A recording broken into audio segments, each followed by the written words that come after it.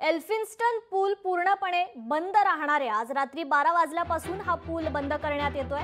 वाहन चालकांसाठी आता पर्यायी मार्ग त्यामुळे लागू करण्यात आले। या पुलाच्या पाडकामासाठी अखेर मुहूर्त मिळाला असून आजूबाजूच्या रहिवाशांसाठी म्हाडामधील घरे उपलब्ध करून देणारा असल्याचा प्रस्तावावर उपमुख्यमंत्री एकनाथ शिंदेंनी देखील मंजुरी दिली आहे। दरम्यान यावर मंत्री आशिष शेलार यांनी काय प्रतिक्रिया दिली आहे पाहूया।